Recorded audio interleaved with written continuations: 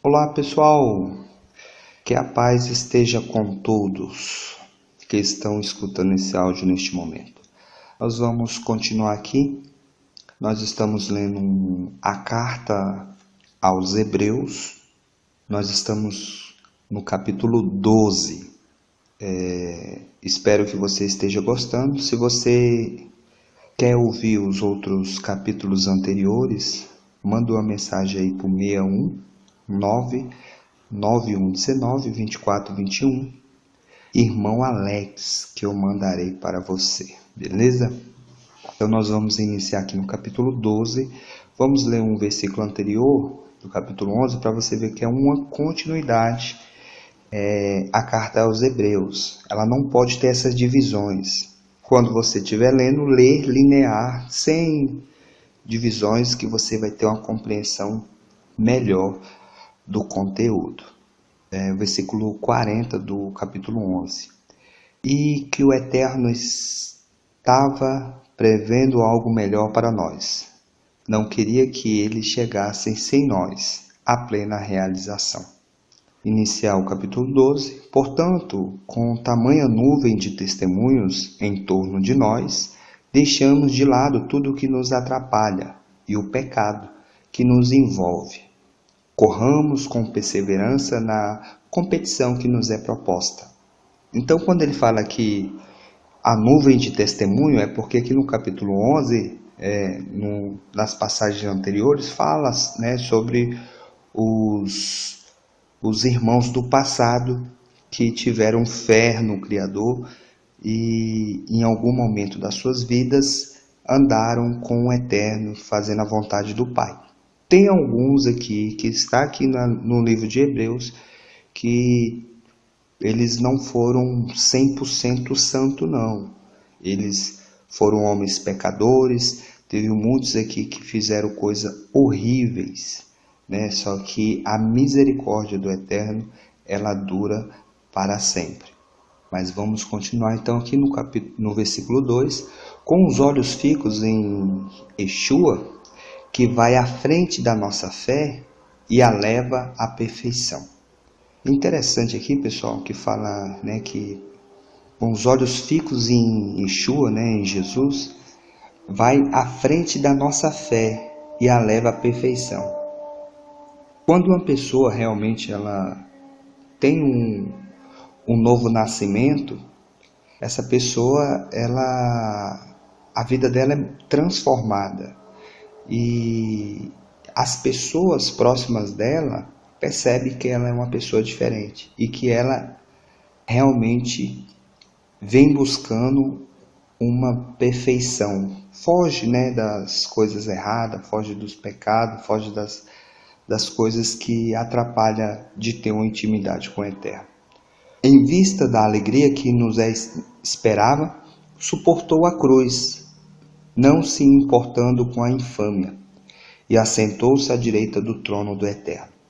Pensai, pois, naquele que enfrentou uma tal oposição por parte dos pecadores, para que não vos deixeis abater pelo desânimo. Vós ainda não resisti até o sangue, na vossa luta contra o pecado, e já esquecestes a palavra de encorajamento que vos foram dirigidas como a filhos. Meus filhos, não despreza a correção do Senhor. Não te desanimes quando ele te repreende, pois o Senhor corrige a quem ele ama e castiga a quem aceita como filho. Essa passagem é um Provérbios. Eu já falei nos outros áudios e continuo afirmando, o autor ele pega vários trechos da Torá, dos profetas, para poder estar dando fundamento aqui para os seus argumentos.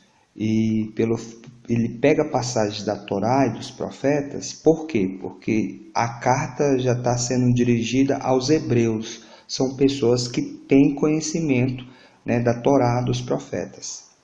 Verso 7. E para a vossa correção que sofreis, e como filhos que o Eterno vos trata, pois qual é o filho a quem o pai não corrige? Pelo contrário, se ficais fora da correção aplicada a todos, então não sois filhos, mas bastardos. Ademais, tivemos os nossos pais humanos como educadores, aos quais respeitamos. Será que não devemos submeter-nos muito mais ao Pai dos Espíritos para termos a vida? Aqui o autor, você vê ele falando em relação ao respeito que nós temos que ter pelo eterno, né? Nós não respeitamos nossos pais, né? Humanos que são temporários, né? Vamos dizer assim, e nós temos que buscar respeitar o eterno, né? O Pai dos Espíritos. Verso 10. Nossos pais humanos não corrigimos como melhor lhe parecia, por um tempo passageiro. Por um tempo passageiro porque todos morrem, né? O Eterno, porém, nos corrige em vista de nosso bem, a fim de compartilharmos a sua própria santidade. Isso aqui é interessante, pessoal.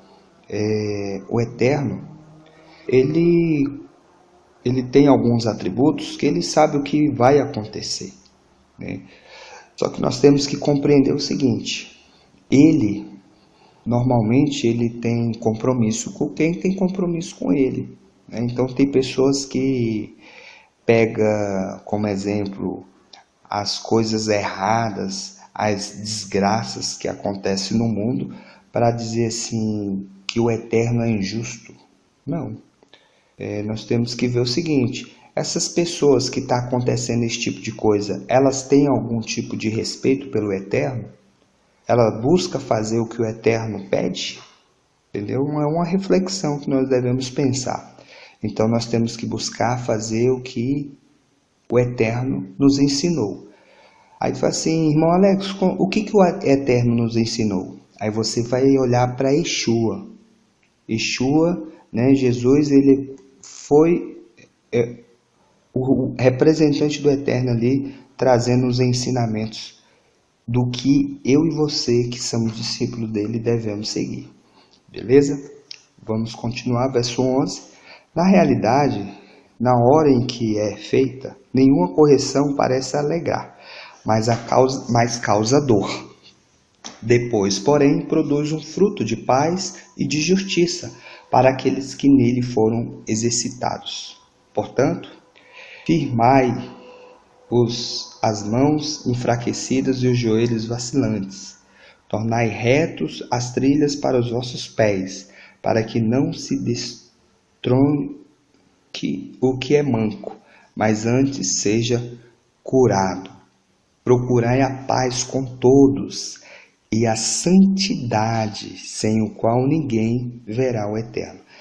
Interessante, né? Procurai a paz com todos. Então, é uma coisa que nós devemos buscar, entendeu? Ser uma pessoa do bem, não ter inimizade, não ter rancor no coração, buscar ter um coração limpo diante dos homens, para que nós, quando formos chegar na presença do Eterno, ele poder olhar para nós com um olho de misericórdia. E da mesma forma a gente tem que olhar para as pessoas com os olhos de misericórdia. Verso 15. Cuidai para que ninguém fique privado da graça do Eterno, e que nenhuma raiz venenosa cresça no meio de vós, tumultuando e contaminando a muitos. Não haja ninguém dado à prostituição, ninguém profanando como Esaú, que por um prato de comida vendeu seus direitos de filho primogênito. Pessoal, isso aqui é grave. Infelizmente, tem pessoas aí vendendo, né? Vendendo a salvação. Ela, na verdade, ela se chega ao Eterno por várias coisas, menos pela salvação. E o Eterno, ele sabe o coração de cada pessoa. Ele sabe o seu pensamento, ele sabe suas atitudes. Então não tem como, infelizmente, a gente enganar ele. Nós temos que buscar andar com o coração limpo perante o Senhor.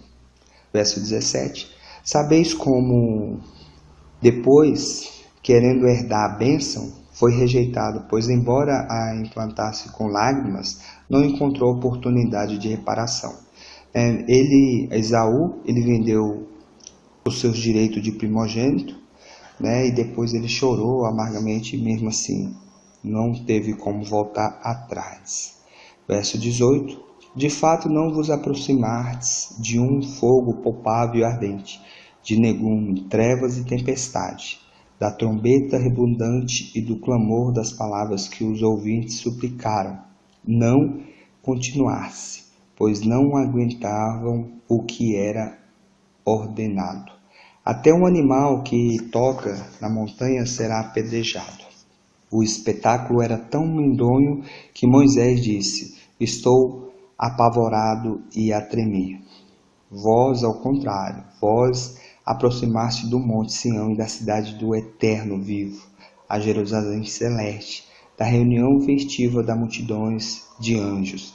Então aqui você vê claramente o autor pegando passagens aqui que aconteceu no Antigo Testamento para poder estar trazendo uma reflexão para que nós venhamos se aproximar do Eterno através de Yeshua.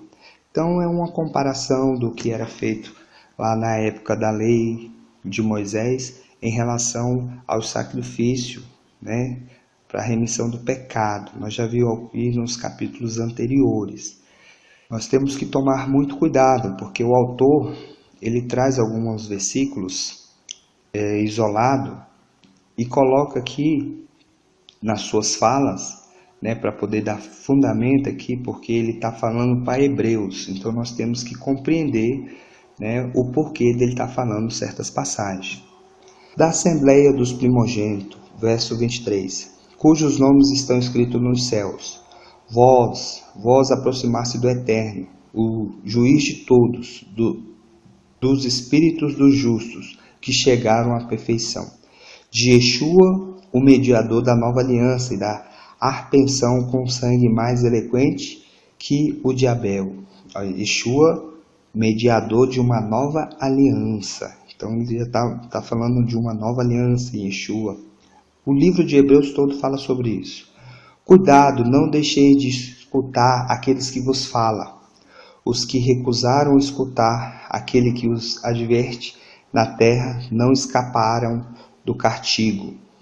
Menos ainda escaparão nós do castigo se voltarmos as costas a quem nos fala do alto do céu. Ele está falando aqui para que nós venhamos dar ouvido a que Yeshua ensinou. O que Yeshua ensinou? Lá nos evangelhos você vai ter as respostas do que ele ensinou. Aquele cuja voz então abalou a terra agora diz: ainda uma vez abalarei não somente a terra, mas também o céu. A expressão ainda uma vez anuncia o desaparecimento de tudo aquilo que se participa da estabilidade do mundo criado, para que permanecemos só aquilo que é inabalável. Já que entramos na posse de um reino inabalável, sejamos gratos e assim servimos o Eterno de modo a agradar-lhe com piedade e temor, pois o nosso Eterno é um fogo devorador. Beleza, pessoal? Terminamos aqui o capítulo 12, né? Que o Eterno possa abençoar você poderosamente. Qualquer coisinha, qualquer dúvida, se você tiver, pode mandar mensagem aí que eu responderei com todo o prazer. Fique na paz e um grande abraço do irmão Alex.